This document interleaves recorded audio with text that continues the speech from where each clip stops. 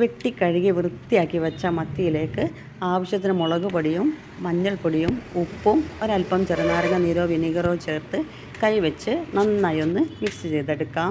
ഇനി ചൂടായ ചട്ടിയിലേക്ക് വെളിച്ചെണ്ണ ഒഴിച്ചു കൊടുത്ത് നന്നായി ചൂടാവുമ്പോൾ എടുത്തു വെച്ച മീൻ അതിലേക്ക് ഇട്ട് കൊടുക്കാം. കറിവേപ്പിലയും ചേർത്ത് കൊടുത്ത് നന്നായി മൊരിഞ്ഞ് വരുമ്പോൾ എടുത്ത് മറ്റൊരു പ്ലേറ്റിലേക്ക് മാറ്റി വെക്കാം.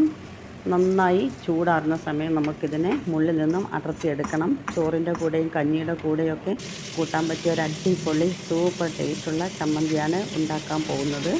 ഇനി ഇതിലേക്ക് 2 വെളുത്തുള്ളിയും 2-3 ചുമന്നുള്ളിയും ഒരു പിടി തേങ്ങയും ആവശ്യത്തിന് ഉപ്പും ആവശ്യത്തിന് മുളക് പൊടിയും ചേർത്ത് അല്പം കറിവേപ്പിലയും ചേർത്ത് മിക്സിയുടെ ജാറിലിട്ട് ഒന്ന് തരിതരിപ്പായി അരച്ചെടുക്കാം.